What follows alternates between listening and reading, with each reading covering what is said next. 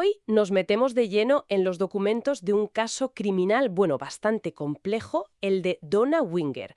Ocurrió en Illinois allá por 1995. Efectivamente. Todo empieza, como suele pasar, con una llamada al 911. Es el marido, Mark Winger, y dice, desesperado, que un hombre está atacando a su mujer y que él, bueno, le ha disparado. Sí, así arranca todo.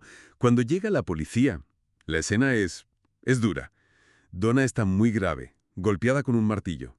Y hay otro hombre, Roger Harrington, con heridas de bala. Y ambos mueren poco después en el hospital, ¿verdad? Exacto, no sobreviven.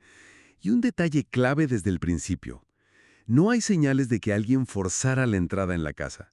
Nada. Y Mark, el marido, que parece muy afectado, cuenta su versión, que disparó a Harrington porque lo pilló infragante atacando a Donna. Eso es. Y lo identifica. Dice que es un conductor de limusina que, según él, había acosado a Donna unos días antes después de un viaje. Sí, da bastantes detalles sobre eso. Y con esa historia, y sin la entrada forzada, pues la policía inicialmente cierra el caso. Lo ven como defensa propia. Claro, parecía encajar. Defensa propia de manual, ¿no? Nuestra tarea aquí es ver cómo esta historia, bueno, cómo evolucionó. ¿Qué dicen las fuentes, los informes? Exacto. Desgranar todo eso. La versión inicial de Mark era muy detallada. Contó lo del viaje de Donna con Harrington, que él se puso a hablar de cosas raras, de violencia. Sí, cosas concretas. Mencionó incluso al asesino en serie Dahmer, fíjate. Y que después hubo llamadas y que pusieron una queja a la empresa de limusinas. Vaya. Incluso dijo que Donna había escrito una nota sobre esa experiencia tan rara y el martillo confirmó que era de ellos, de casa. Y mientras tanto, la vida sigue. Mark se queda viudo al cuidado de la hija que habían adoptado, Bailey. Sí, y relativamente pronto contrata una niñera, Rebecca Simek. Y la historia da otro giro personal ahí. Totalmente. Empieza una relación con ella, tienen otra hija, se casan, forman una nueva familia, se mudan y, esto es importante, cortan bastante los lazos con la familia de Donna. Parecía un capítulo cerrado, ¿no? Una tragedia superada, una nueva vida. Sí, durante casi 4 años esa fue la historia oficial, hasta 1999. ¿Qué pasa en 1999? Pues que aparece una amiga íntima de Donna, Diane Schultz, y va a la policía. Ajá. Y le suelta una bomba, que ella había tenido una aventura con Mark mientras él estaba casado con Donna. Ostras. Eso ya, pero espera, ¿qué más? Lo más perturbador es que revela comentarios que Mark le hizo en su momento. Cosas como, sería más fácil si Donna muriera. No me digas. Y peor aún, que tenía la intención, o eso dijo, de meter al conductor en casa. Así, tal cual. Pero bueno, ¿cómo? O sea, durante 4 años la versión de Mark se mantuvo intacta y de repente esta amiga... Exacto. Fue un giro de 180 grados. Esta confesión de Deanne, alguien tan cercano, obligó a reabrir todo. Claro, me imagino. Los investigadores vuelven a mirar las pruebas, las fotos de la escena del crimen, y empiezan a ver cosas que no cuadran. La posición de los cuerpos, sobre todo dónde cayó Harrington, no encajaba bien con la secuencia que Mark había contado. Y además estaba la demanda que Mark había puesto a la compañía de limusinas, ¿no? Eso también influyó. Justo. A raíz de esa demanda civil, la empresa contrató a su propio perito, un experto en salpicaduras de sangre. ¿Y qué dijo el experto? Pues, una conclusión tremenda. Sugirió que la evidencia física, las manchas de sangre, apuntaban a que igual Mark había matado a los dos, a Donna y a Harrington. Vaya tela. De víctima a posible asesino, según un experto. ¿Encontraron algo más? ¿Alguna prueba nueva? Sí, algo muy importante.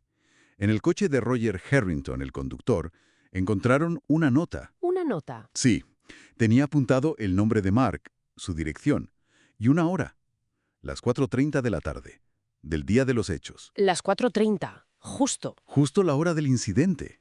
Y la compañera de piso de Harrington confirmó que él iba a casa de Mark a esa hora, supuestamente para arreglar las cosas por la queja laboral que Mark había puesto contra él. O sea que Harrington no fue allí a atacar a nadie, sino que tenía una cita con Mark. Eso parecía indicar la nota y el testimonio de la compañera, ¿sí?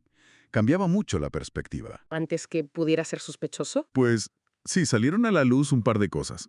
Días antes de todo, Mark le preguntó a una compañera de trabajo qué pasaría con la niña, con Bailey, si Donna moría.